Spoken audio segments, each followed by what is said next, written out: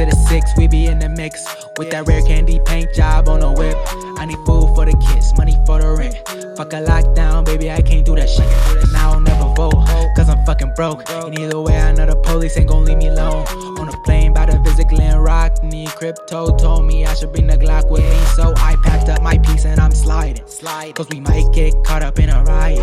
Middle finger Trump, middle finger Biden. Fuck a left, fuck a right, is you riding? Know you love to see it, dudes rocking. Ain't no politics, baby, we just talking. From the birds to the bricks, we be in the mix. With that rare candy paint job on the whip, who you with? Now, Jeremy doesn't have his camera on because he's back in jail. I don't know what to tell you guys. He's back in. No, I'm kidding. He's not in jail right now. He's where are you right now? I'm back in New York. Oh, okay. He's not, jail. That isn't like I'm laughing there, but you could be in some other ass country right now. Like, is that just you're all over the world, man? I'm in the States. Yeah, in the States. One of the Palestine or Palestine this time? Is it like? Yeah, you know, it's like you've been to both. Like Ohio or it's like Epstein or Epstein. You know, it's like it's like Beatles manager versus Jeff. Yeah. Sweet. So I'm glad we have much to discuss today. I've noticed that there's a lot of hesitancy to kind of like talk honestly about current events now that we won, you know, and it's just kind of the way people view it. It's like, all right, guys, let's just become Ted Cruz. Like, we're going to be Ted Cruz now that like Kamala Harris didn't win, which thank the Lord. I mean, every day I still thank the Lord every day that Kamala Harris didn't win. But I think Jeremy's a good guest to have on for that, because I do think you are one of very few people that I would say, I don't know if this is fair to say, but like leans a little bit left. I don't know that you're well embraced among the left, depending on depending on who we're asking to, but I think you're able to be like criticize both sides, but not from this kind of like anarchist standpoint. I think you genuinely know what you stand for in the world. You know what I mean? Does that make any sense? Yeah, no, certainly. I mean, I guess I would consider myself on the left, but I mean, there's so many things that I could see like Donald Trump saying, be like, come on, that's true, or that's funny. And I think Kamala Harris is, most of the things that she, represents is reprehensible, just the entire, liberal, establishment. So yeah, both sides, no one's getting spared for sure. Right. Yeah. But there's like a cottage industry of like both siding that is lame though, like where it's like no matter what reflexively they like do it, and you're kind of like, wait, but what do you stand for? Yeah, no, what do you actually think? Yeah, what's your opinion on? And they go, well, and then my opinion, and then it's like, yeah, what on this issue, are you this or that? Like, it's just like it takes 2 seconds to say it, and like, but some people won't do it. They're just like, I know, like you have takes, which I like, you know what I mean? I'm always like, why would like you're an independent journalist, so it's like, why I see so many people that are like, oh, I left this horrible repressive industry and stuff, and then they still have the same kind of like just tepid, I don't know, red dyes, does anyone even care about red dye, like just stuff like that, like, yeah, I care, like, so and I know this because I'm looking back at some of our previous episodes in the catalog, and like one of the biggest ones, I remember when you were detained in Israel, there were like leftists that were, and I wish I could have messaged you, but you weren't available. And there were people that were saying like, look, he's done some great work on this Gaza stuff, but he did do anti-vax propaganda during the Canadian trucker problem. Like you guys are hung up still on the Canadian trucker protests. Like, you guys should just never talk about that again. You were anti-trucker back then? Yeah, you were. Yeah, he was. Yeah, you were on that. He was there protesting climate change, of course. Yeah, that's what he was doing. No, I 100% agree with everything you said about our friend Jeremy here, Glenn. And just recently, for like normies, for people, I'm thinking of my cousin who I love a lot, and he is kind of like a both sides guy, of course, but in the cool way, in the way that I 100%, I'm like, I agree, yeah. And he does have takes, and I'm like, we can horse around about it and shit, and like, I agree with that. But then, obviously, live in Portland, there's all the like the classic. Yeah. I hate Democrats, but like, the thing is like, I just don't like when people are like, legit boilerplate mean to anyone who voted against a Democrat. It's like you can't understand why someone would, and it's like, I don't know, I'm not really a big electoral, I'm not a voter guy, but it's like, come on, guys, so that's my litmus, is just kind of, can you understand, especially after the Biden era, why that would happen? And I think it's like threading the needle, I think we've done a good job of that. I think we can give a little pat ourselves even on if the we back. haven't, it's what we feel, like exactly. Even if it's like it's up to other people to say if it's a good job or not. I know you can't like be in control of that, but it's like, as long as you feel fine with what you said, it's typically fine. You can tell when there's people that are fine, that are just calculating, and they're trying to find this like Bermuda Triangle no man's land. And I'm just like, it's okay if it bleeds too much into one side. That means you're a sentient person, like from time to time. When maybe it was a year ago at this point, but I listened back. Somehow it came up where it was one of our early, like a 2020 episode of us. Oh, that's right. Yeah. And I listened to it, and I remember going in, I'm like, my hair was standing up, like, oh, am I going to say something? Is this retarded? Is this embarrassing? And then I listened to it, and it's like, maybe I've evolved a little bit, but I got to the end of the clip, and I'm like, yeah, those bars, I'm happy with that. I'm like, I'm fine with what it was. It's like, it's cool. Yeah. It's like, cool. Jeremy, you can go to your archive, right, and be like, yeah, nice. Yeah. Exactly. That's a good privilege. That's a good privilege to have, that an earned one, I should say. You can just go on Twitter and like, whether you agree with someone or I mean, of course, there's some people who you just don't like, but when you can feel that someone's being like super genuine about whatever they're saying, it's just, it's really admirable, whether they're, wherever they fall on the political spectrum. Just there's so many, people who are just saying things to get paid, saying things to be cool. So like when someone's just saying something and it's exactly what they think, whether people think them or not, it's so respectable.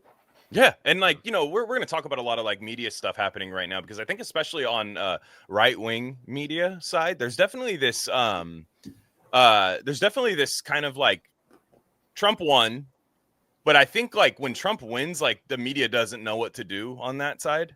And I think they immediately, narcissism of small differences immediately gets thrown in, like all of there, and you'll just see media wars, because when Biden won, right, and like there was just an easy thing to report on every single day. It was like, look what they're doing. I mean, like they're trying to OSHA mandate this thing, they're trying to drag queen story out. There's anything you can think of, and Biden sure lobbed a lot of softballs to them to do so, and us too, I should say. But the people now, I just noticed, like, you brought this to my attention. I had seen some clips, but there were people that I think if I told a liberal about these three people I'm going to say right now, they would say they're all literally Nazis. And what I'm talking about is Tucker Carlson, Candace Owens, and Nick Fuentes. Like if you ask somebody who is just like a Russiagate liberal person, they would just go, if they've heard of them, they'd say those are Nazis. But it's crazy when you go inside their own fan bases, their comment sections. I mean, every single strand of hair on their heads is like a deal breaker to one person or not. And talk about this though. So like I didn't take it as you'd be interested in this, but it does bleed into kind of Israel and Palestine stuff. But like you sent me an interesting Nick Fuentes live stream. This is the first time I've watched him. I have some thoughts, but like your thoughts on this whole situation. So yeah, the way I understand the situation is that Candace Owens a few weeks ago had Nick Fuentes on her podcast, and listening to both of them talk about that thing that happened.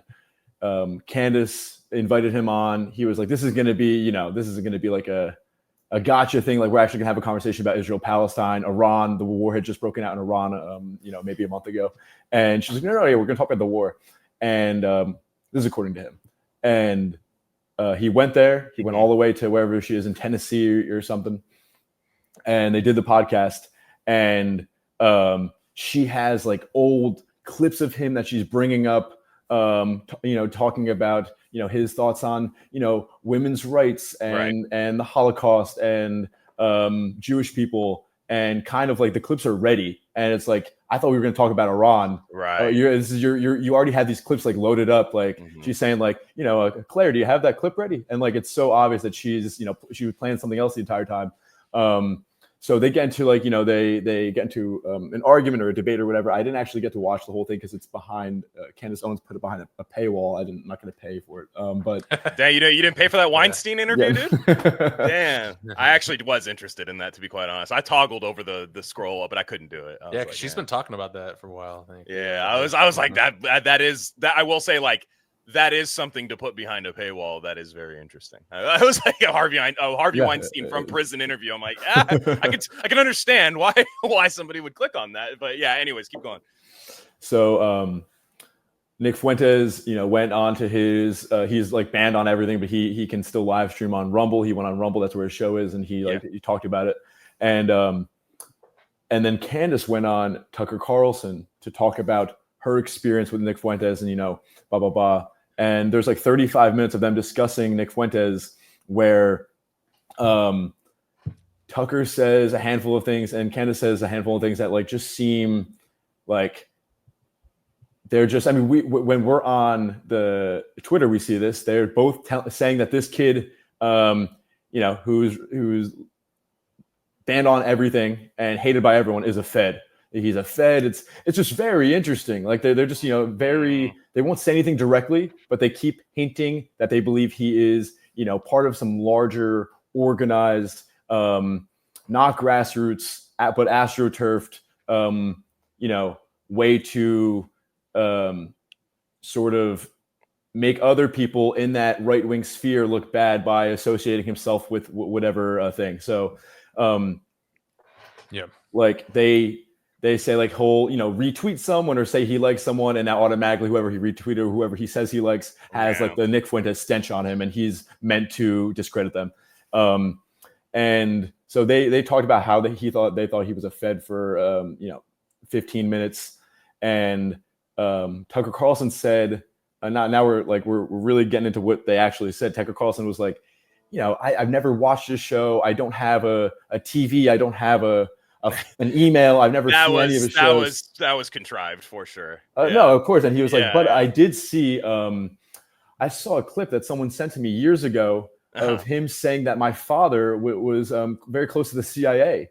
And then my father dies a few months ago. And it wasn't until then that I actually found out he was in the CIA. So this random kid was right. How does he have this intelligence? Who's he talking to find out who my father was? And he goes, I was shocked to find out my father was in the CIA. And Nick Fuente goes like, there's articles, there's Wikipedia, there's so many instances where Tucker Carlson himself mentions his father's CIA past. So like, you could see him saying this to Candace Owens, that I was shocked to find out my father was in the CIA. And the only time I ever heard this before was Nick Fuentes years ago. How did he know? And Nick Fuentes brings up all these things showing that Tucker Carlson already knew. And he essentially says, if he's, this is just a blatant lie that he did not know his dad was close to the CIA. Why is he lying? And what does the fact that he's lying so, he just doesn't care. Like, what else is he not being entirely genuine about if he's going to lie about his own, father? We're going to get you right back to the episode, but I just wanted to let you guys know of a few other things we offer at Rare Candy Industries. We have a Substack with free and paid subscription options. Free subscribers get access to all written content. That includes Bob's Red Pill. That's the best thing going on the internet right now. Trust me. Paid subscribers get full access to our premium episode feed.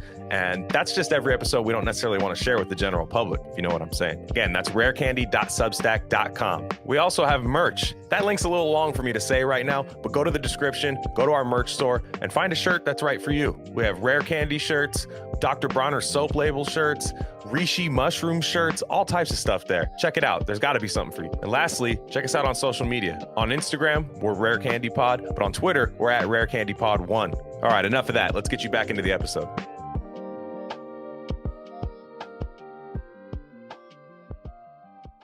Yeah, I have a nuanced take on that. I do think it's weird to lie, right? Because especially when he didn't, and I haven't seen the clip, but didn't Nick Fuentes state that it happened on Sean Ryan's podcast before Tucker's father died? Tucker was like, yeah, my dad was in the CIA. And it was like before he died. I thought that was what it said, which is like, that's a weird thing to forget about saying on, because that's a huge show, Sean Ryan show, which, CIA agent guy, like, say what you will. That to me, I thought was kind of interesting. This kind of like, okay, I have kind of a nuanced take on it because, I don't necessarily think somebody's parents being involved in something discredits what they say. Now, I think that there's a couple layers of apprehension you can apply, which I think you should have for any mass media. Literally, this podcast you're listening to right now. I just want to be clear. Yeah. I just want to be clear. Like, it's not whether or not Tucker, whose parents were. It's the fact that he's lying about saying it. Just say it. Yeah, you knew it. Just say it. Like, and it's like, anybody who knows a thing or two about like 60s rock and roll and stuff and all of that. Again, how maximalist you are on what that achieved, as far I'm talking about intelligence asset and 60s rock and roll and all of that. His dad, Jerry Garcia, all that stuff. That stuff's like pretty well documented if you actually care to look for it. And so I kind of just, to me, I with Tucker, I was kind of like, yeah, just it's okay. Like, I don't even think I literally think half of your audience would not even care. If that was the case. Like, I'm telling you right now, like, boomers do not care if anyone's in the CIA. They don't care. They actually think it's cool if that's the case. Like, they grew up thinking like it was like Ghostbusters. You know what I mean? Where it was like, while you sleep, this is what we do to the scary things at night, and that's like the relationship with it. And I know people can disagree with that. And we've surely been called certain things. And the reason I am so apprehensive of the blanket, I know there's more to talk about here, but the reason I'm so apprehensive of like the blanket statement, the like, oh, stamp it with my red thing, Fed, anything you say after this now is Fed bullshit, is I'll say it to you, like, you've been on our show and I've had a couple of people, like the super hyper parapolitical people who probably don't even like us anymore, have said like, I think that guy's a Fed. And I was like, well, I think you're retarded, but whatever. Like, yeah, I've basically said that. And one of the reasons they've said that is because you were on Tucker's show for like 10 minutes. You know what I mean? And I'm kind of like, and it goes back to what you were saying. And I hate that everybody uses this as some weapon now. I think it's a weapon that needs to be destroyed, like Mission Impossible 7 style. Is like this idea of like retweets are endorsements, like all of these things. Because if Tucker and Candace are using that against these people, it's like, dude, anybody who appears on your show then is a Fed. If you retweet somebody, it's just like, man, like, and if you ever want to get your message out on a massive platform, you then lose this like crazy audience, which was probably a lot of your diehards, but they go down this paranoia rabbit hole that like to me, I'm just like, if somebody I know is like tied to and says something that I fundamentally agree with, I don't throw it out, or I don't reflexively go somewhere else with it. You know what I mean? Yeah. I don't think like, I think it's less about like, who's a Fed, who's not a Fed. Like we'll never know. And there's no way for us to tell, but you have a guy saying this 26-year-old who's banned off everything is a Fed when he himself was, in Nicaragua with the CIA-backed Contras, and his dad was running the CIA's broadcasting office. It's just like, those are not normal connections of any Joe Schmo who you see walking down the street. Those are like, you were in Nicaragua with the CIA-backed paramilitary group, and then your father was running the CIA's office of all U.S. funded broadcasting, and now you yourself are a broadcaster. It's like, you're really not in a position to call someone else a spook. It's just very not strategic. It's weird to use it. Yeah, it's a weird thing to weaponize against someone else when you know that to be like probably objectively true about you. Again, like I think I honestly love his show. Like I watch Tucker on X. I watch it regularly. Like it's like I think I thought he was the Swanson TV dinner guy. What did I? Was that an old thing, or is that? No, his dad was a journalist. He's from San Francisco. His dad was a journalist, like a What's the TV dinner thing though? Because everyone's like, oh, he's the rich Swanson TV dinner kid. Maybe his dad married. Maybe his dad married into that. I know he had. There are quotes from when Tucker was on like CNN with a bow tie, talking about like his family saying like, I have so many trust funds, I'll never have to work a day again in my life, and this is like when he's 30. So like, that's probably true. Yeah, and I believe it. And it's not that I don't like him. I do like him. I watch his show all the time. He's had me on the show, but at the same time, he's not in a position to call someone else a Fed based on his history. Yeah, his stepmom is Patricia Caroline Swanson. So dad had like an aristocratic marriage for sure. Nice. There. So which, I mean, hey, get the bag, I guess. But the the kind of it's crazy. You're just like your dad, because his dad was, I think, San Francisco Chronicle was around the Grateful Dead. Anybody who, you know, is into like parapolitical music stuff is that right away sets off a million antennas and stuff. Again, I'm not as much of a maximalist on that, but it is a thing. And I you know, didn't the know thing, yeah. He actually, you know, where he said that all was on Red Scare too. I remember I was just like, that's an interesting, like he goes from the music thing to being a Reagan appointee for the National Director of Intelligence to run the CIA's broadcasting networks. It's just like that is, you hear that and you think to yourself, like, that's, at the very least, that's interesting, you know. Again, you would at least be not you probably would understand that that's like in a video game, like an attribute that's grayed out, like calling someone a fed. Like you're like, hey, you don't have access to this. Like actually, like you would think that's what you would do. But you know, the thing about Fuentes with me is I was watching it and I have never watched any of his stuff. I kind of found him a little bit annoying. I found him to be a shock jock, but without being funny. That was kind of my problem, was like, and I don't mean that as like some lib, like, oh, he's problematic, so I'll just say he's not funny because I'm a comedy expert. No, I mean, like, it's like, no, like you gotta, obviously he has a big audience. People are very scared of his audience. But like he does this thing, and I think this is from being young and really online since he was a teenager. Like this is kind of a, like I'm a little bit older than him, and I think we just have there was a world where like we just kind of interacted with like very normie people for a long time, and I don't know that he does, but let's just say like he was going on and on about like because I believe I don't know who this guy, I don't follow this stuff that deeply, but there's a guy, Joe Kent, that was running for Senate or something like that. And Fuentes got behind him because he's like, oh, America first. That's my thing. America first. Like, and he was doing this whole thing, and then he disavowed me. And I'm just like, dude, here's the thing, man. Like, you can't be completely like, he's like simultaneously black-pilled on electoral politics, kind of, but then also like trying to achieve everything he wants through like the political machine. It's very weird. And then like it comes off as really scorned afterwards. And I have not watched that Candace Owens interview that he did. Which that's not, Candace gets a little nasty sometimes. She's got a little mean streak to her. So she's that sounds on brand. But she you know, to me, I'm like, Nick's got that too though. You know, so I almost kind of think like it's like Nick will sick a whole army on you. I've seen it. That's what all those frog people, or like the frog people, come from, I think, or the Groypers or something. And like, you know, he's talking about this thing where he's like, and Joe Kent disrespected the Groypers, man. I'm just like, dude, like, I understand. I wouldn't call him a fed. If I was Tucker Carlson, I would just be like, you are a disillusioned idiot, is what I would say. Like to him, like because Tucker is like, I'm trying to reel people into a certain media cycle, which again, we can talk about whether that's good or bad or anything. I know some people who I know were like thinking we're supporting every current thing in the world, and they maybe got into like some Tucker and maybe just got out of that a little. So I can say there's a little bit of net good. I don't know anybody that's gone to Nick Fuentes that wasn't already there. You know, I don't know. I'm sure there are. I just mean I haven't seen that.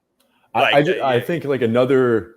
It's like the Fed thing, like you said, like it should, like you would assume calling someone else a Fed with that family history is grayed out. And then again, like over the past, you know, maybe 8 years, Tucker Carlson has been on, you know, sort of the America first, fighting for the little guy, fighting for the disaffected youth who can never afford anything ever again, and who the wars are taking all their money away, et cetera, et cetera.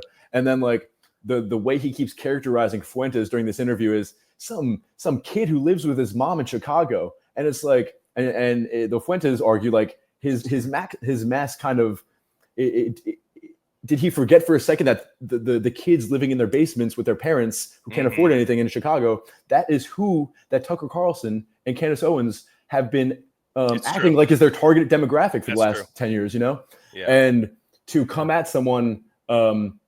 Saying they're a Fed and then switching up and saying it's a kid who lives in his basement with his mom. It's like you just gave a speech, Tucker, at some conservative, event talking about, Klarna and credit card debt and how kids can't afford anything and they have to live with their parents and they don't have money to buy a house. And it's like, it seems like you have so much, it's just crazy to characterize people as bad because they live with their parents and they're 26 years old living in your parents' basement, and now you're also supposed to be defending these people, and that's your whole shtick. It's a good point. Yeah. No, that's a valid point. I found the whole thing to be like mystifying. I was like, wow, this is what like the big leaguers are arguing about. Like, this is kind of crazy, you know, like in a way where it's like, and I get it. Like, I think it's useful. To me, for my biggest criticism of it all, if I'm Tucker, fly his ass out there and talk to him. Like you're not going to lose anything by this unless there is something to be lost and maybe he's right. You know, like to me, you're not like fly him out there and talk to him. And I think Nick Fuentes, and I wouldn't turn it down either. I know he's very much a platform guy. You can kind of tell where he's like, I want that platform. You know what I mean? Like you can kind of tell there's a little bit. And to be fair, I do too. Like a lot of people do. I think there's nothing wrong with that, but I can tell he kind of wants that platform. But if I'm Tucker, I give it to him. And like, if you think he's just this, you know, disillusioned kid in his mom's basement, it should be an easy, you know, dunk. You know, it's like when Rogan was having, you know, accused of having misinformation super spreaders on in 2020 all the time. His most informative episode, and I will say it to this day on COVID, was when he had Dr. Sanjay Gupta on there. 100%. And Gupta could not answer the simplest question about masks, about anything. I mean, he just could not. And if you were anywhere questioning COVID, you were just like, holy shit, this is the guy they put on TV to talk about COVID. I remember where it was when I listened. I was the one I remembered where I listened. Oh, remember, so corny. He brought him like the bottle of whiskey, and he's like, it's like a skin suit guy, like hey Joe, I'm the guy. Yeah, You're right. a cool friend. You know, it's very, and you know, I don't know. I'm not trying to. He does seem kind of like a cool guy. Like cool. At least he went on. Props cool for going CNN. on. I'll give him that. Yeah. Mm-hmm. My whole thing, just this is totally an aside, but I love it. They're like, Sanjay Gupta makes $15 million a year at CNN as a salary, and he also works full time as a surgeon. I'm like, bro, that's gay. Like, why do you work 15 million? Why do you work as a surgeon still, dude? Like, what principles? Like, it's either fake or you're retarded. Like, I'm sorry. I lean fake on certain. Yeah, I cannot picture someone, you know, they're getting their appendix taken out, and like Sanjay Gupta walks in the room putting on gloves. Yeah, it's imagine being his first patient after the Rogan episode. He's all pissed. He's just like sawing you. He goes to his secretary in the morning. He's like, well, "What do we got today?" You know, and then she's like, "Nothing. This is you have a free day. You can go golfing if you want." Anyways, like, you know, I found the whole thing fascinating because this is kind of, despite doing what we do, I don't consume a lot. I do like Tucker's show. I haven't watched Candace's show other than clips, but clips are weird. Like that's the thing I realized. There were people so informed. They felt so informed about this situation, but it was, and then people would go, "Where can I find the interview?" And people would go, "Well, I watched a couple clips." And I was like, but they was like, "I know everything about like this whole thing." Yeah. And I was like, that part of it is so, and look, I clip parts of our episodes, but that's how you promote. But it's like you promote so people come in and listen. Like maybe I'm archaic by saying that, but or antiquated or something. But you're supposed to clip it, and then people can have fun with the clip. Oh, that's awesome. But like people were just like, yeah, I listened to these like 2 or 3 clips because, you know, Nick would go on and like he went on and took down everybody. And when I say took down, I don't necessarily agree that they were takedowns. I just think he was like on a war path on this. But I was just like, about all of this, like, is there ever going to be like any sort of like uniting thing? Like right now in Ireland, you have Catholics and Protestants uniting over like basically neoliberal immigration stuff happening right now. Like they're actually like, I don't think they like each other. Obviously they don't, but they're kind of like, let's kind of put this to a side. This is kind of something we both don't really like, but like this media thing is like, I feel like a lot of the psyop is to just fragment everything, you know? I don't like collectivism. I don't think collectivism is honestly like even achievable right now, but I know when I see somebody actively taking a sledgehammer to any sort of kind of like thing that could be almost considered objective, like neoconservatism isn't really that great, you know, like, and then everybody else is like, yeah, but you said this one time, you know, and then it's like, well, all right, but shit, I kind of agree with you now, you know, like, or something. You know what I mean? Like I just, that part of it is like, it's really discouraging to me sometimes. Like when you're trying to get people like, hey, if you want this to stop, or at least like rouse up a little kind of public demand, you know, and shift the market a little bit, like, it'd be nice if people weren't just like, hey, you know, the guy that said a racist joke one time, but they do this on the right with other stuff. And it's like, it's really annoying. I mean, uniting, like, if you want to, like, Candace, Tucker, Nick Fuentes, like in 2016, yeah, Trump was the uniting thing. Everybody was together on Trump. I mean, so many, like, it was Trump, but like all of these things that Trump represented in 2016, it doesn't exist anymore. Yeah. So there's disorganization. You had Trump, a self-funded presidential campaign. That is the craziest thing in the world. It's so cool. Now, 2024, he had more billionaire backers than Kamala Harris. It's just like, it doesn't exist anymore, So like, people are grabbing at straws, yearning for this sort of revolutionary MAGA movement that doesn't exist anymore. And so like, everyone's arguing. Yeah, and it's odd because conversely, when you first were talking to me about Tucker, I was thinking like, well, I know a lot of people in our sphere that think Tucker sucks because Tucker just like kind of critiques Trump. Like he does, like he actively does, like on there, like he's just like, I don't think that's a good move. I don't think that's a good hire. Just like it's kind of his job in a way. It's like, hey, Tucker, what do you think about this? Like it's kind of like, he and people, do the whole. I've always the word controlled opposition is really bothers me. Like because I think it's just a conversation ender. Like in a sense where it's like, well, why don't you engage with the actual point instead of just writing that person off as controlled opposition, which it's a lot of times that comes from a form of narcissism, in my opinion, where it's like anybody who disagrees with me, obviously getting paid to, obviously they're getting paid to disagree with me. Obviously, like they and I understand there are bad actors out there. I'm not being naive about that. I just know I've been called controlled opposition and I'm not. So it's like, if you were that loose with that term, you can't miss that often and have me go, oh, controlled opposition. Nice. I would say it's like, it's very organic. I mean, the fact that there's so many different people who are prioritizing so many different things about Trump, all arguing like that, that only makes sense. Like I don't think it's controlled opposition. I think all these people have different priorities and therefore they're arguing with each other. Yeah. And it's just, I'm sorry, like this is a new thing. This whole, like, you can't disagree. Like, this is a new thing from 2016 on, like, or 2010s, I should say. Like, is like, if you disagree, these are the consequences. Like, in the past, yes, of course, you've had people like being censored and silenced. But like, when I've talked to people who like I'll put it this way, like I know people like who have like voted literally Republican since like the 80s, like, and it's the stuff that people like LARP as on the internet is like Republicans, like people, the anons on the internet that kind of LARP that way, that you can tell they're new to being this, but they pretend they know. Oh, I know people who actually were kind of like, when the Iran thing happened with Trump, they were like, nah, I don't like that. They didn't spiral out of control. They didn't make some crazy declarative statement that I'll never vote this way again or anything. They just said, I don't like that. And I was like, you would get dunked on if you said that. Like if you said that, people would go, you're panicking, you're doing all of this and that. And so it's like weird. Like Tucker is getting it from both sides. Like he's getting it from the Fuentes, like Tucker's fucking watering down everything we say. And then he's trashing the guy who said it. And then you have people going like, Tucker criticized Trump. Get him the hell out of here. Like there's people that say he's getting money from the Arabs. I don't think Tucker's getting money from Arabs. Yeah, he's funded by Qatar. Qatar. Yeah. I got you. It's so stupid, but I can't. Tucker has so much money, dude. I really don't think.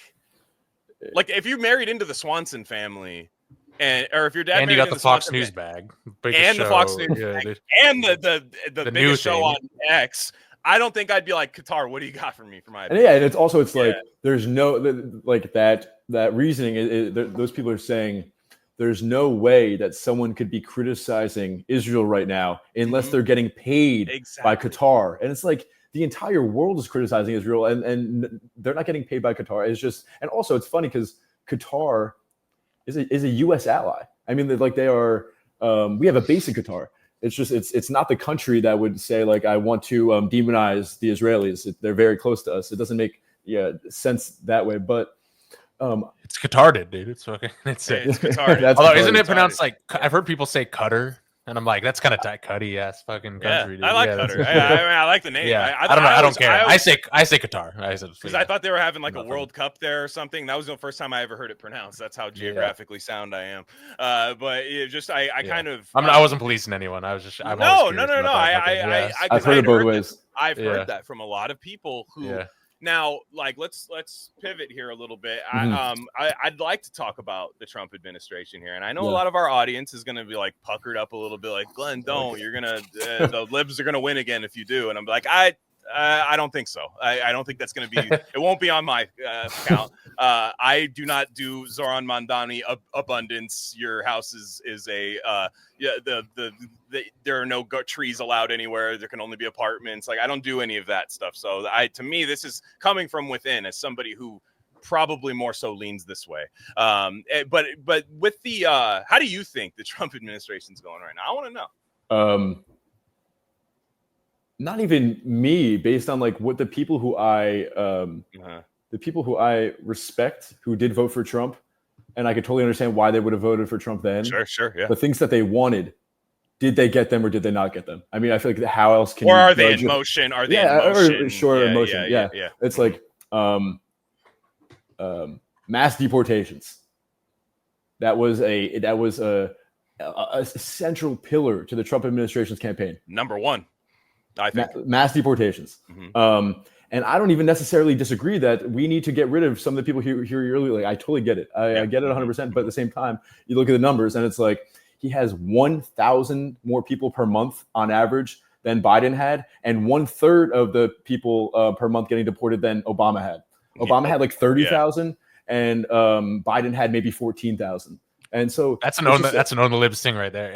Anyone giving you grief, you just be like, point to the numbers. You were like, are you cool with Barry doing it? You know, it's just. I know I'm not like a big hypocrite guy. I'm not like a gotcha guy, but sometimes they piss me off, and you're just like, there you go. Yeah, not even to be like a gotcha thing. It's just like you wanted mass deportations. You're getting less deportations than Obama did, and barely any more than Biden. So you're not getting mass deportations. Right. It's not happening.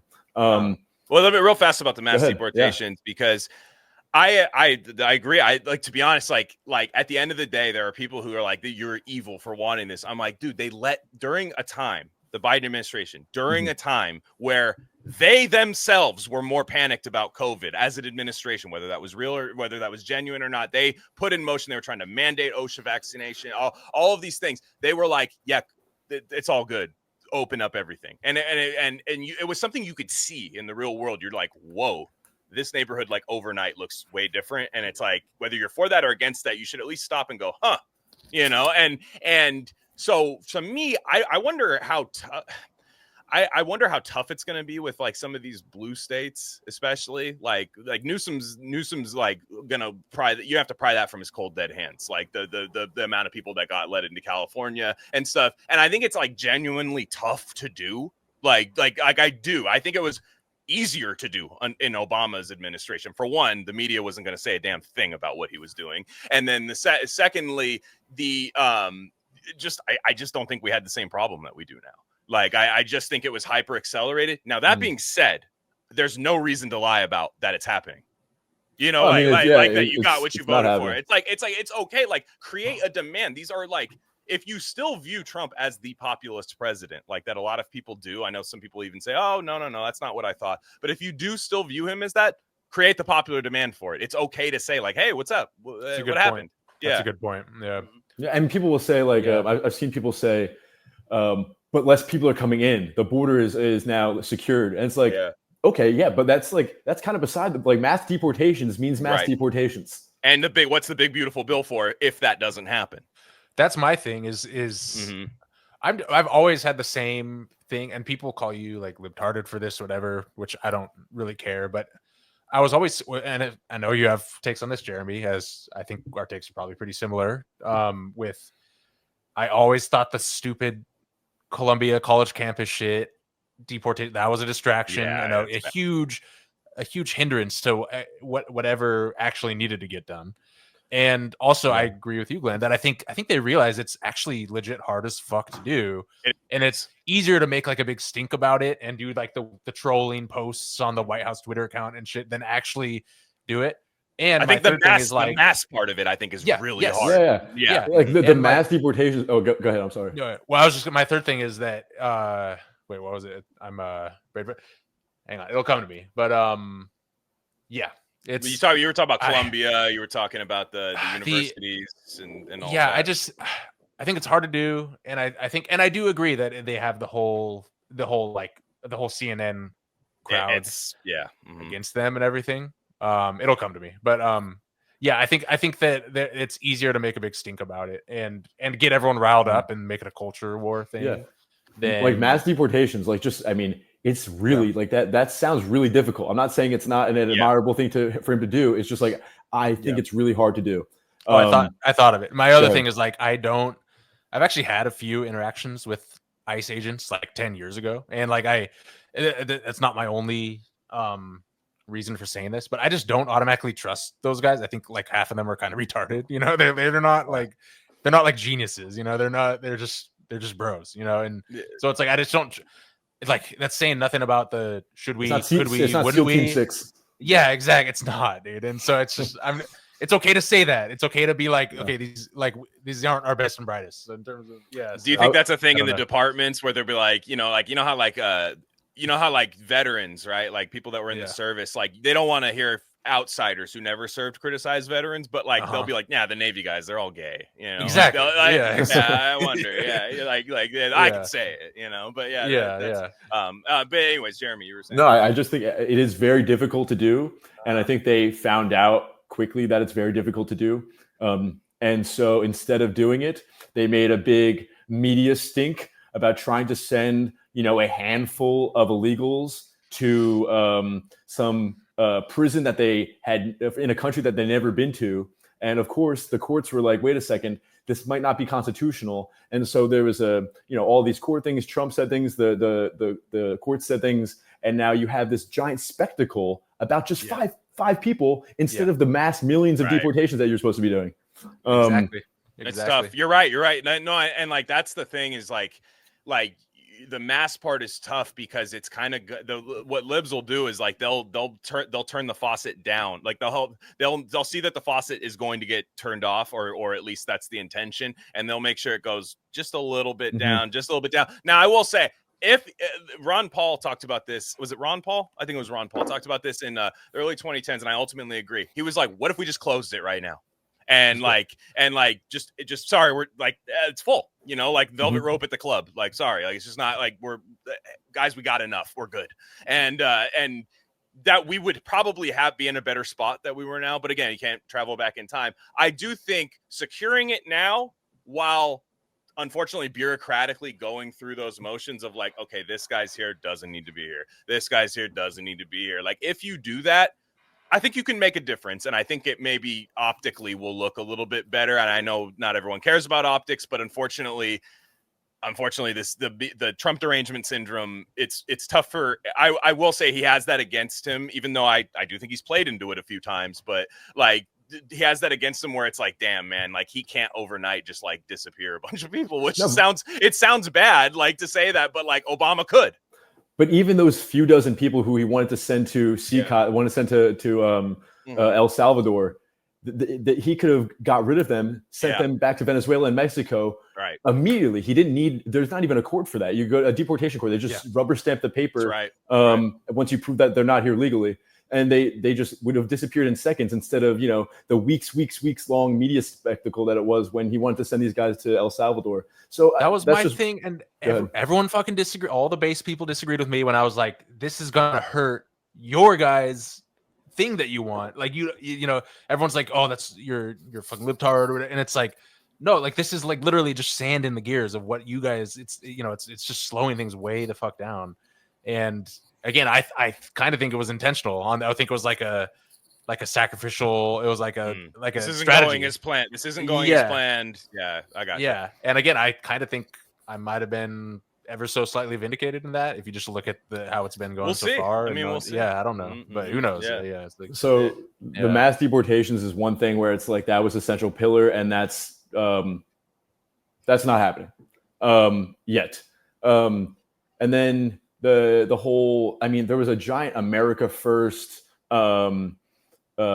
contingent of voters that were so concerned with foreign policy and the wars. Yeah. And that was like, that was, I mean, at least on my Twitter account, the people I follow, I feel like most of the MAGA people I follow were concerned with that, or the Make America Healthy Again people. But the foreign policy stuff, he did say so many times, and he did not need to say it like as explicitly as he did, but he said, day one, the war in Ukraine will not be a thing anymore.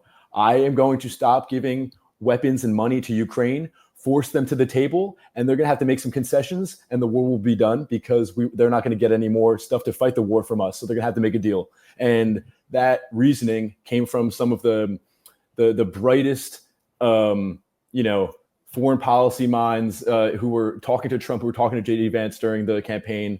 And it made sense. It made total sense. It would make sense to somebody who wasn't even plugged into that. It's just like, if you stop giving Ukraine weapons and money, they're going to have to just make a deal with Russia. They might have to give up a little bit of land, and then the war will be over.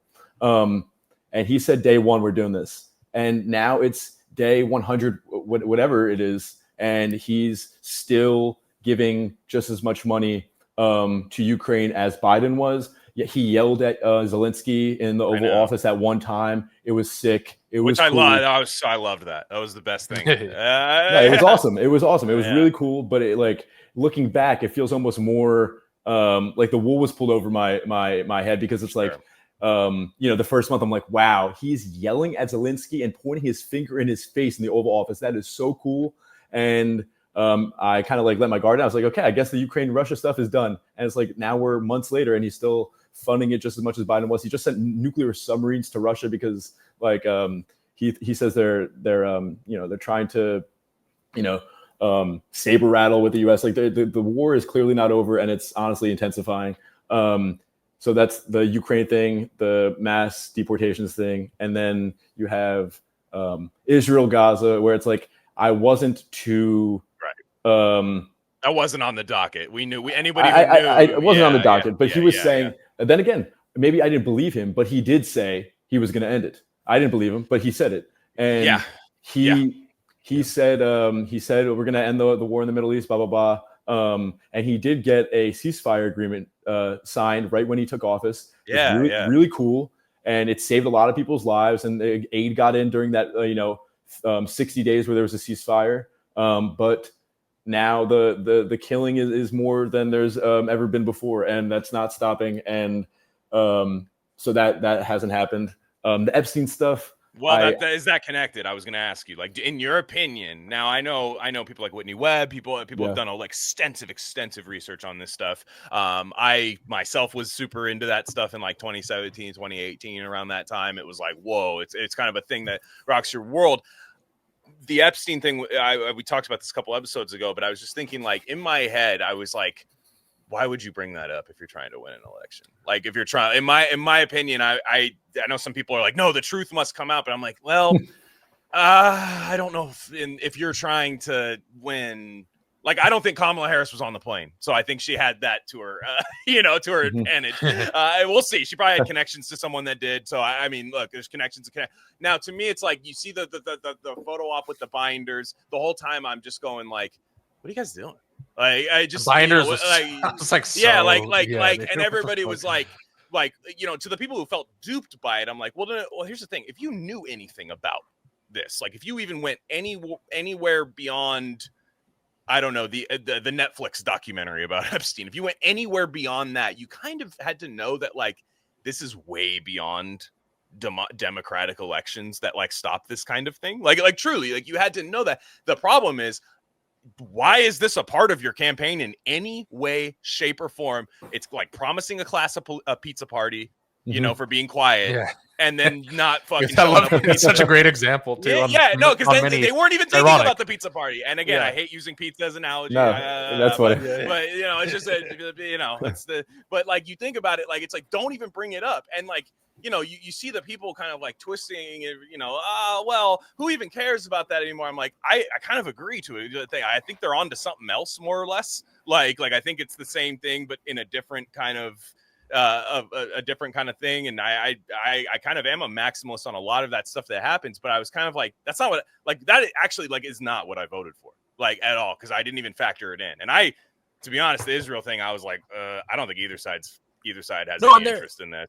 Yeah, that is an annoying thing with politics and with voting, where especially with elections that for a president of a country of 300 million people, 350 million people, where you feel locked in. You feel like, especially with this culture shit now, where you feel you have to defend every action of every administration that you vote for, you know, and you have to like pretend like you are behind it 100%, and or that you can predict everything that's going to happen in the future, you know. So I get that, you know, and I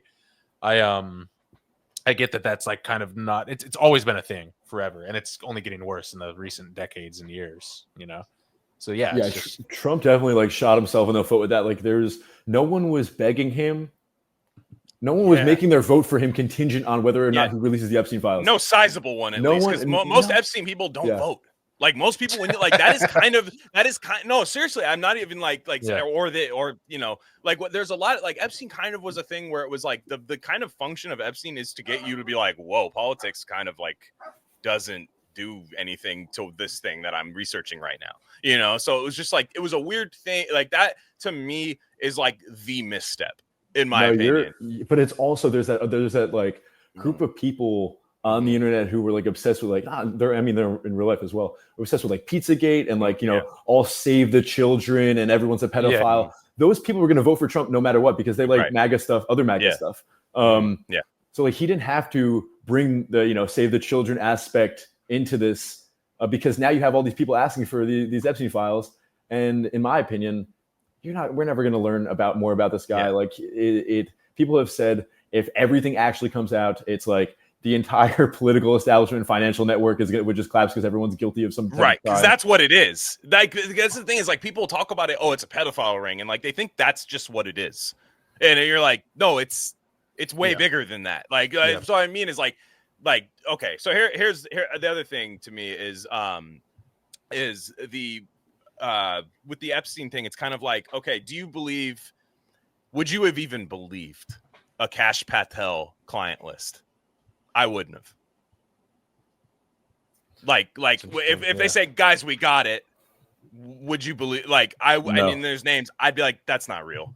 Like I don't know. I just feel like unless it actually like if the CEOs and the chiefs and the heads of all these giant banks and financial behemoths are on it, then it's like, wow, wait, what is this? But if it's just like, you know, a few Democrats and a few like unknown people, then I would be like, this is not it. Yeah. This plays into the idea that like the Democrats are pedos and we're not. And it's like, I really think that most of them are doing things with that guy that they shouldn't have been doing. I don't think we're ever going to get anything out of that. No. But I do think it's just another thing that Trump promised that we aren't getting. That was weird. I mean, I can't even see the motivation. That's the thing is like, I can understand how politics works, where it's like, look, you say the thing that everybody wants, you meet in the middle, it's bipartisan. But then he even did the binders, because it's like, you could have shut up after you won. You could have never brought up Epstein again. Yeah. And then you give people the binders that have the big, you know, influences, says the most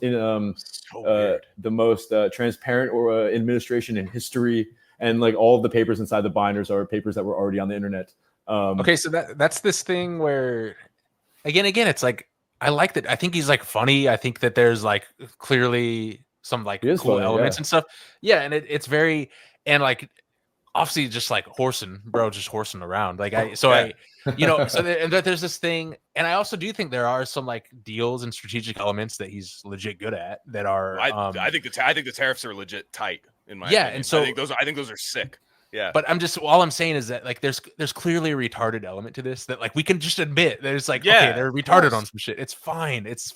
Like it's not the end of the world. It's not the you know. Like, the tariffs I think is actually a stroke of kind of like I don't because I don't want to sound like mean, but like mobster style stuff. Like I think the tariff thing is cool. It's like he's like, all right, we're a superpower, cool. Let me do it. Like because he's like, all right, it reminds me of like the wing. It reminds me of like Ben Johnson using the wing T. Like, oh shit, they're using the shit that hasn't been 70 years. Shit. Like just like the guy who walks in and he knows that you're just like a bullshit ass like thing, and he's like, look, you owe me this much. All right. You know, like, and you're soaking us for all this USAID money and all this stuff, like, whatever, you can do this. And I think what he does the tariff thing, I think is actually hilarious, because people are shocked by it every time, and the same people all the time freak out about it. He'll be like, all right, no more copper coming in from here. It's not happening. Sorry. Just because of this country. And everyone goes, and they freak out. And they're like, there's going to be no more buildings. And they freak out about everything. And then he's like, all right, we reached a deal. I talked to him. And it's just like, it happens the next day, every fucking time. And they freak out about it. And it's like, no, that's how you do it. With it's admirable for a president. He wrote a book about that. He literally wrote a book about how to do that. And so it's like, to me, that was like one of the number one things. And I do feel like that's something I like. Like, I'm just like, that is like, and a lot of people don't like that. Even people who like love what he's doing right now. There are a lot of people who are like, dude, you're fucking up like this industry. And the libs who are against tariffs, those ones kill me, because, dude, you guys were down to shut down the entire fucking world. Literally nothing happening. Like nothing happening except immigration. But like nothing happening. Like, they were just like, actually no business. You can't do this. You can't do that. Like, school, you don't go to school, all this stuff. And everyone's like, doesn't matter. It's only 2 weeks. Like, you know, and it's like, that was like a day. The tariff thing was like a day sometimes. You're like, that's dude, funny. It's crazy. Like, it's just realizing, like, that's the thing. Like, it's kind of like, if we're going to do this, like, multinational, like, talking to all these countries, I'm kind of more of a isolationist myself, but I understand that's kind of not on the menu apparently at all. It's unfortunately, but there's like, okay, maybe I have to make that concession. Maybe it is tough to do. Maybe there's a reason a bullet flies at your head, you know, like maybe things happen. But the thing to me is kind of like, if you're going to be a national power, you understand that this country needs you. So you just kind of go, all right, free ride's over until until we get a better deal on this. I'm like, I think he's actually legit really good at that. And I think that's that plus the mass deportations, which I do think are going to happen. Like, I do. Wait, I can't tell if you're kidding or not. The mass deportation, I think they're going to happen. Yeah, I think it's just going to be mass. I think the number is going to be higher, but I don't think it's going to be like a Soylent Green dump truck full of people. You know what I mean? Like I don't think it's going to be like that it's going to just, over time, I think you're going to be able to get something in motion that kind of works. But I just think it's just tough for him to do it in the first 100 days. We'll see. I mean, I could be wrong. I mean, this is all speculation, but I mean, if that sounds crazy to you guys, I don't know. I don't think it sounds crazy. A little more. I think I'm if I was Vegas odds, I'd be taking the under. I've always said that too. I'll take. Well, what's the number? I mean, that's the exactly whatever Vegas sets it at. I would take the under. But you're not. The thing is, you're not like that. The thing for me, I don't think they're going to be able. Whatever they let in, unfortunately, I don't think you're going to be able to get all that out. I think if you get 20% of that makes a material difference, in my opinion. And also, there is an element of if it changes the zeitgeist for the other side, where it's like where just more generally more Americans are like, hey, just for our economic health and stuff, maybe we could dial that back. You know, I don't know. It's very. No, I don't know. Just shift the Overton window a little bit. To use that corny ass term, but yeah. From the 5 to the 6, we be in the mix with that red candy paint job on the whip. I need food for the kids, money for the rent. Fuck a lockdown, baby, can't do shit.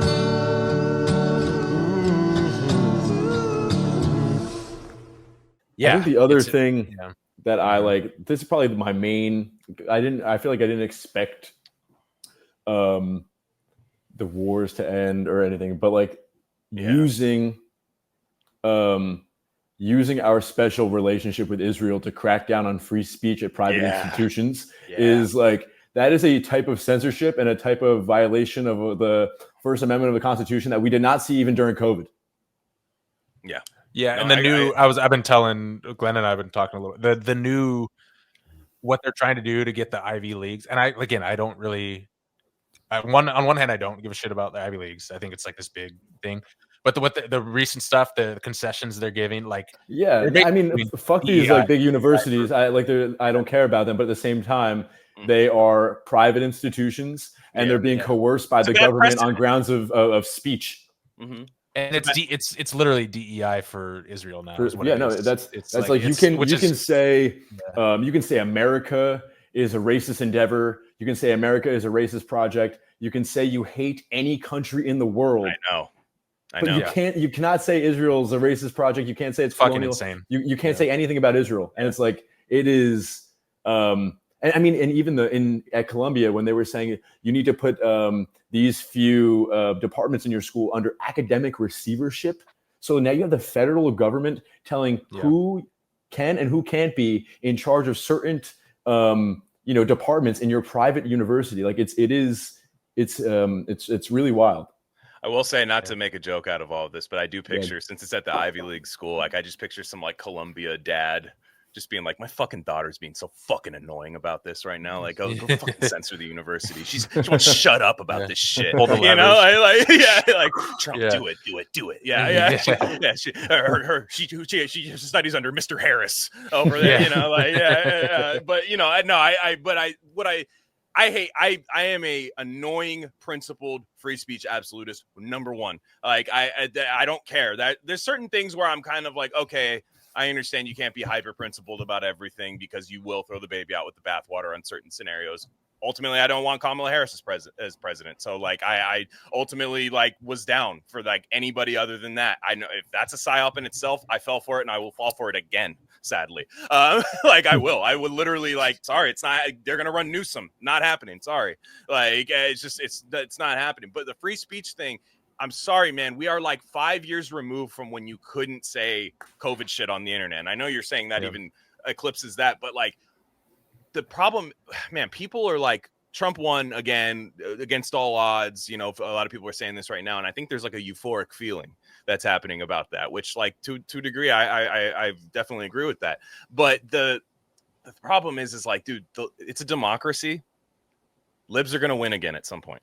I'm sorry. It's just going to happen. It might not be in the next 10 years, but it's going to happen. And if you lay down like, hey, you can do this to a university, you can do this to that, they're going to use that to punish their political enemies. And the political enemies 100%. are us, and we're going to get fucked by both of those things. You know, like that's what I hate is like people just go like, this will never be used against me. And I'm like, dude, literally, it's not even like we're talking about like something from 1840 or something. Like, yeah, well, in 1840, this 2020.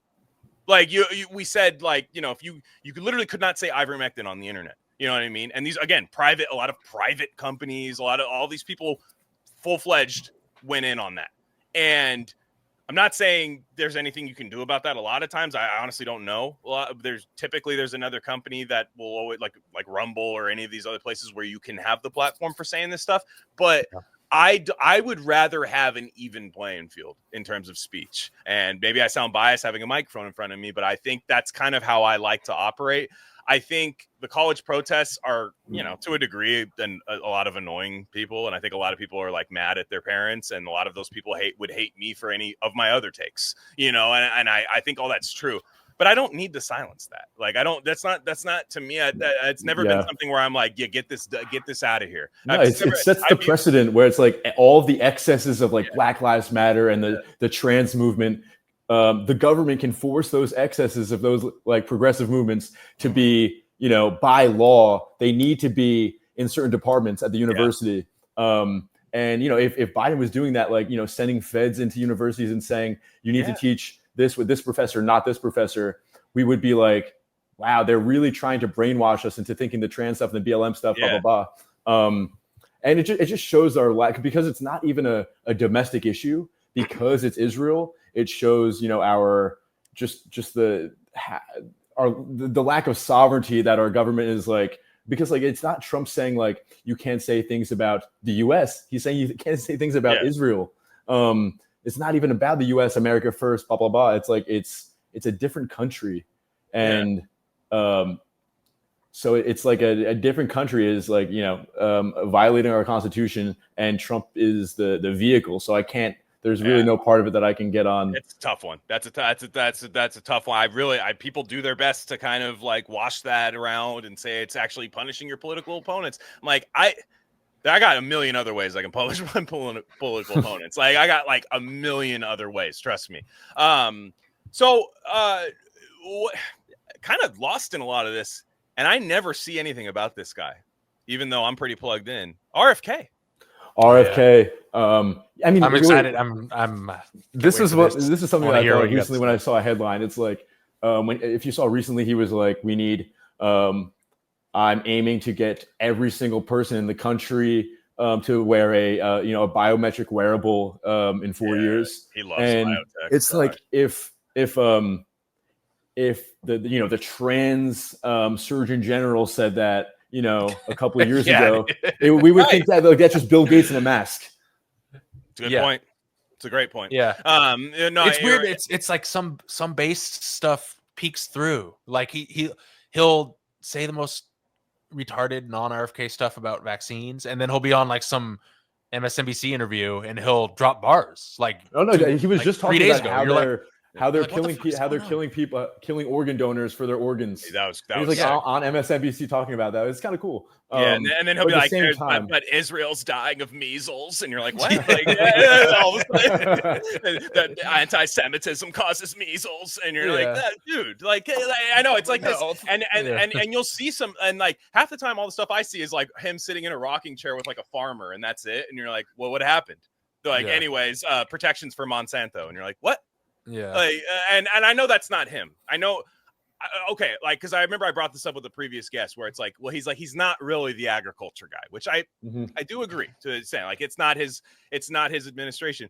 However, he's not the Israel guy either, right? Like, that's not his job. The first thing he did as Health and Human Services Secretary was to identify anti-Semitism as a disease. But there's so many things, like, I mean, not to get all like. I know some people suffering. I'll tell you that much. That's about it. But like, you can't have a guy has ideas and now he has power. It's like so often those ideas don't become policy. I mean, there's just like billion-dollar industries and conglomerates and behemoths and the quote unquote deep state. It is like, it doesn't matter sometimes the ideas of the person in power. It's like, how do you enact them when you have like this entire deep state against you? It's almost impossible. Not to blackpill, but it's really tough. Well, it's everything's been a lot of stuff. It's like it's like when you're fly fishing and you can read the ripples of the water if you're really good, and you kind of seeing that now. You could see the ripples, you could see what's allowed and what isn't, and you're kind of like, you could see, I think the lesson from all this is that there's just so many forces at play, including some big ones, and that this thing is just messy, and it's interesting. I do think it is. I mean, I do wonder. I am morbidly curious what would have happened if the other side won. I mean, I watched RFK's confirmation hearing with like bated breath. I was like, was so happy when he won. I was like, let's fucking go. But then I saw someone tweet this thing, and I think I sent it to Psi on Twitter. Not me, I guess. I wasn't privy. It's like I never know if I'm in the group chat with you guys or not. But it's like him agreeing to some senator. I think it's Bill Casey or something like that. Bill Casey.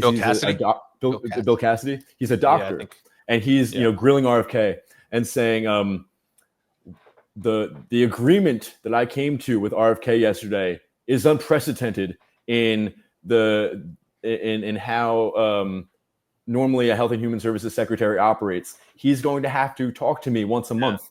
He's not allowed to touch the CDC schedule. He's not allowed to do this. He's not allowed to do this. And RFK agreed to it. So it's like the things that he's not allowed to do. We could just go back and watch that the confirmation hearing, and we can see what he agreed to. We can see what he said. It's crazy. But can he not like at least throw ideas out there for public demand? Because that's kind of what I wanted him to do, was kind of just like go out there and say like, the vaccination schedule sucks. Unfortunately, I did agree as part of my confirmation. That'd be amazing. You just say that, and then like a couple of people go, huh? And just more people wake up, because like there is like that. That's the thing, is like, does that mean you have to be mummed, like completely mummed, like absolutely say nothing about this thing? Like you can't. That's like kind of my edge. People say he's handcuffed, and look, I definitely think. Look, it comes from the Kennedy family. You got to be thinking about that all the time. You're like, there's historical precedent for our guys getting absolutely. You're going 3 for 3 here. Yeah. I know. I mean, like his own dad, his uncle. It's like you do have to think about that. And I did say, I was like, man, he is a Kennedy, But you know, like there are people like there's no need to, and I a lot of this stuff is people love to say like, oh, you know, right wingers are now the health party. I'm like, Twitter right wingers kind of are like if you meet like a right wing boomer, they don't give a shit about any of that stuff. Like they don't like it was that was a Crystal Lady, like, you know, Enya listener girl, like back in the day. That was how they remember this stuff as. But like I'm like, who are you? Like there are people who think like you can't come up with a coherent thought because you have worms in your brain. Like there are people who like don't please these people ever. Like I like he should be tweeting out like studies every day. Like, I mean, it's so easy to tweet out something that's like, look, this is irrefutable evidence. This is a gold standard study that EMFs disrupt our immune system. Just JPEGs. It's just anything like that. JPEGs. Just tweet out the study. Just have a guy on your team tweeting out studies all and day. let everyone freak out. Let them freak out. Don't say anything. Don't even say anything. Just the fucking study. Just go. Yeah. Just something.jpg this thing, and it's on there, and everyone just goes, "What did he mean by this? What did he mean by?" Because they're the peer reviewed. They're the ones that are like, you need peer reviewed shit, but not those ones. Not that. This is why it's wrong, and it's like you know, and it's I'd love for that. Yeah, I know, because that's the problem. That's like the problem. Like what we just spent the last hour kind of critiquing, you know, the current administration, which I think you should do. I think you should have, like I said, layers. Like what I said about media. You should have layers of kind of separation from that whatever you do with your votes, whatever you do with your vote. But you should, while it's in motion, you should at least be like, thought that was going to happen. I don't see any signs of this being put in motion. Just certain things, you know. To me, I think the same goes with like health and all of these things. Like we all know why we wanted RFK in there. Like there is zero mystery to that of what we wanted. And I didn't think he was gonna, you know, be like the Joker and like pull a dynamite lever on Pfizer. Like I didn't think that was gonna happen. In fact, he'd be stupid to do something like that. Like it would just been a foolish move. But I kind of, he's a lawyer by nature, and I thought he could, in a bureaucratic sense, in a very slow, long game way, kind of like roll back some layers. And again, it's been 100 days, but every time all I see is just pictures of him hanging out with farmers and then nothing. And I'm kind of like, what are you doing? Like, because I just, it's like Raising Cane's isn't using Red 40 anymore. And like Pepsi agreed to get rid of, you know, to get rid of corn syrup in 10 years, which is like, you see how Trump is like kind of Trump knows how his voters really liked the whole Make America Healthy Again movement. They like it really helped Trump, Kennedy. And so like the day after Trump said, I'm not going to put out any of the Epstein stuff, the people who still want the Epstein stuff are crazy, blah, blah, blah. The next day, he put out the announcement that, you know, Coca-Cola agreed to get rid of corn syrup in 10 years. And like, you could see that he's trying to like, you know, put out this, you know, look, we're making America healthy again. I know that I'm not doing the Epstein thing as like a political kind of attention. Hey, that's a pretty good. That's a pretty good treat. That's a pretty good. I will say that is But if you loved like the Coke as is, and then Peters, but if you were but if you were into regular classic Coke like as is corn syrup one and loved Epstein, you really got fucked. Yeah. If that was your bit and you were just sitting there with a fridge full of it back there, you're like, you're fucking kidding me. Like, God, just absolutely. Yeah, no, I like the, you know, certain things like I hate to be that guy because there are certain things you just gotta like set it. You want to make like trend. Health is trend based a lot of times. Like, yes, you have laws. Those are gonna be tough. I think a lot of those are gonna be tough to roll back. But health is like trend based. So if you just say like even the stupid stuff like. Was it Cane's that he went at? Was it Shake Shack or I think it was Shake Shack or something like that, where it was like their fries they're gonna be fried. Yeah, but they already come fried in seed oil, so like they're double fried. But people like pointed that out, like, oh, gotcha. I'm like, okay, but like that's something you build off of, though. You go, okay, and then in 5 years we absolutely change the way that they're fried at the mass distributing place, and then we do this and that, and like, you know, I thought the SNAP thing was a good idea. I know a lot of people didn't, but I thought the whole SNAP, like, kind of regulating what you can actually buy on SNAP. It's like, hey, dude, if you live off the government, like, sorry, like this is kind of we'll set like you're not gonna be malnourished because you are objectively are at this point. Like I mean, if you're in destitute poverty and you're 300 pounds, like that's kind of a problem. Like that's like that. Like I thought that was good to go. I don't know if that's even gonna happen at all. I actually didn't see if there was any follow up with that, but I like stuff like that, and I like just setting things out in motion because health is trend based most of the time. And I think at the end of the day, you're still gonna have to make informed decisions. Like it's like stuff's not gonna fall into your piggy trough based. Like Pete stuff is not going to fall into your piggy trough. Like you're going to have to like go to the store, still look at the back of things, still do these things if you actually care about yourself. But I think I just don't want it to be like, shit, I got to drive all the way to the other side of town to go get like the right kind of rice that I use. Like to me, it's like if we can make a little bit of progress on that. And, it sucks if the next guy comes in and goes, well, that was gay. Like, we'll just go back to the, but you still have to kind of just treat this like an incremental progress thing. But I kind of just don't hear anything about him. And I'm very plugged into that, I think if he was doing things that were like actually really cool all the time, there would be, he would be toast. You would hear about it all the time, how horrible and everyone's going to die and everyone's going to get this disease, et cetera, et cetera. Like even the article that Psi wrote about Fiji water and aluminum. Yeah. It's like so informative. Yeah. It's so informative. And like you have the entire Health and Human Services offices, like you have hundreds of people. You can't just like have one person who tweets out like, little things that you could do that would like lower your toxic load in your body. Like, it's just like something as simple as like drink water with high silica content because we live in a toxic, cloud all day, every day, everywhere in the country. I just feel like that it's so easy for them to do, and they're not doing that. Yeah, but that was a great article, Si. Yeah, no, and that's the thing. Like RFK, like it would be sick if he just like retweeted that or something. I don't know. Yeah. Just putting that out there. Like just retweet it, just like repost it on Substack to 1 million people, and just like not say anything. No words about it. Just like I just mean like things of that nature. Just certain things like putting it out there just to like inform America. That's kind of like what happens with this. So while we the last thing I want to talk about, you were in Lebanon. I want to hear about this. Yeah, I was in Lebanon for like a month. From like the end of May to the end of June. And I mostly was in the south of Lebanon. Okay. And I mean, originally I wanted to go to Israel, but like I can't go. I can't go back. Yeah, I'm feeling you're not really well liked there over there. So I went to Lebanon, and in the south of Lebanon, before the ceasefire, there was a ceasefire between Lebanon and Israel that was declared in November of last year. Before Israel pulled out, they created, kind of like a security zone, a buffer zone, and they systematically demolished 65,000 homes in Lebanon. Which is a lot. That's a lot of homes. And these towns, there's dozens of towns, thousands of people used to live there. Just every house is turned to pieces, dust, demolished. And Israel still occupies 5 hilltop locations inside of Lebanon. And they've enforced sort of this no rebuilding policy. So anything from an excavator to a guy carrying a wheelbarrow to someone shoveling and trying to clear out their front yard or backyard gets targeted, whether it's a warning shot, whether it's a sniper, whether it's a tank shell, whether it's a drone. There's a no rebuilding policy in all of southern Lebanon in these towns specifically. So I was in the south talking to the people who used to live in these towns, who now live on the outskirts of these towns, about what it's like living under, this type of surveillance, because all these towns are right below where Israel's occupying the hilltops. And I was in Beirut. Beirut's like a beautiful city. It's right on the Mediterranean.